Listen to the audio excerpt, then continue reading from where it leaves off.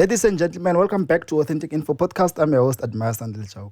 The Springboks have safely arrived in South Africa, and the information is that they will be doing a tour in various provinces. Not all, I think. Limpopo is excluded. I'm not sure which one else is excluded, and I don't know why.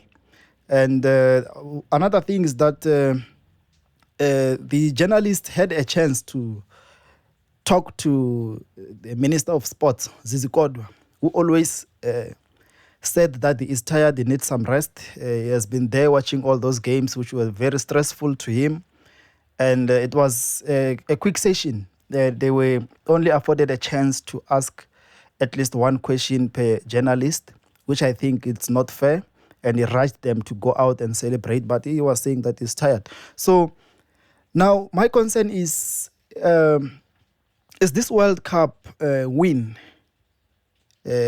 going to force some unity amongst South Africans, regardless of race? That is my question. Because everyone else, or those who had access to televisions, those who had money to go and watch the game, they were very happy. People were hooked up. They wanted to learn more about rugby. As soon as we entered the quarterfinals, we qualified.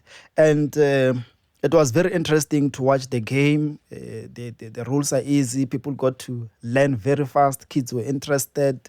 They were very happy, excited. They bought T-shirts and things like that.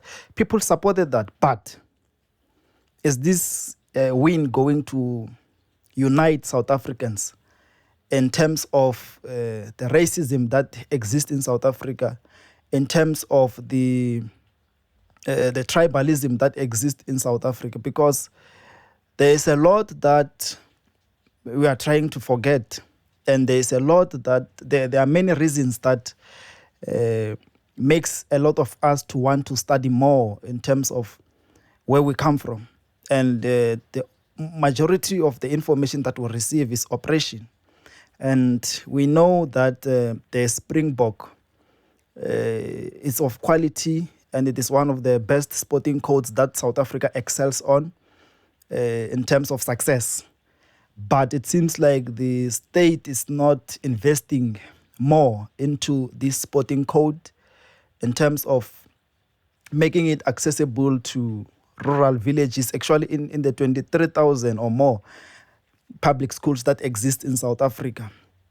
So, and we know that majority of the players who are successful in the rugby as a sporting code are those who went to private schools, and because private schools have better facilities. But the government had 29 years to make sure that this sporting code that South Africa excels very well on should exist and should cover each and every child out there in terms of it being introduced in public schools.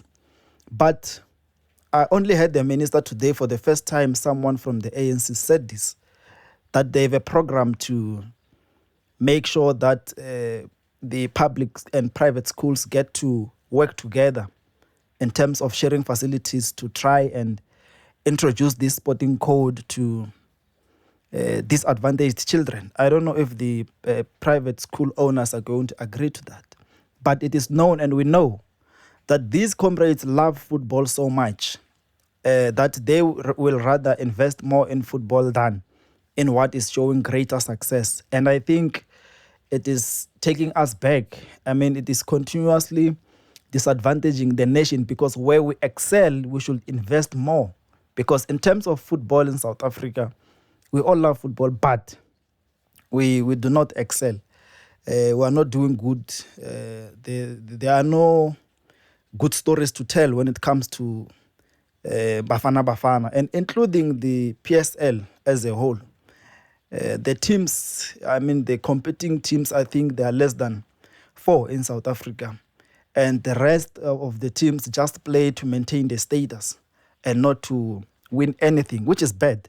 But this is about the success of the Springbok, and great news is that they arrived safe, and they're going to be be touring around South Africa, displaying that trophy.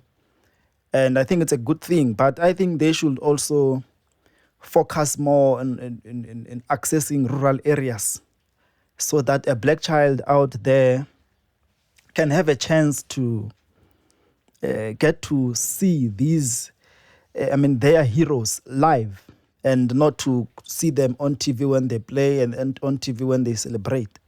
Because some of them were listening to the finals, on radio, and which is bad. I mean, they need to visualize these things. They need to see their leaders doing good. So I think the state need to do more. They need to invest more into making rugby accessible, and even cricket, because nationally and internationally we rank amongst the best, but the state is not investing that much. So it is a concern, and I don't think that this win really united us. I mean, everyone was there for their own happiness, for that moment of joy, and then other than that, people went to where they belong, and life moved on as usual.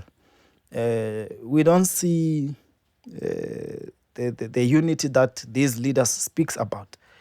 We don't see an agreement between black and white people in terms of getting to understand each other, and getting to have this friendship. When you check in South Africa, blacks and white are scared of each other. It is very rare where you can see a black family being involved in terms of creating a relationship, in terms of marriage, that crosses race. It is very rare. It is still a taboo for a black person to marry a white person, or a white person to marry a black person. We still have a few, which means we still don't like each other. There is that sense of hate that still exists, that these sporting codes are failing to mend, or are failing to fix. There is a relationship which I think never existed, and the little that existed was that of torture, was that of oppression. And the stories that our grannies had to tell about a white man were never good memories. They shared bad memories with us, and we grew up with that hate, and it becomes difficult for us to live amongst each other and trust each other. We know that white people are the biggest employers in South Africa. That's a fact. And white people own majority of the means of production, majority of the land in their minority. So there are many things which are not equal, and which I think through sports, if the government is serious about sport and trying to invest where we show prospects or success, I think they should just do that, so that we can get to unlearn a lot of things which makes these racial issues to continue to be the way they are. But that win, I don't think it's going to change anything in South Africa. As soon as they're done with the tour, everyone else will go back and move on with their life. This is Authentic Info Podcast. I'm your host, Admire Sandile Chawuk. Thank you.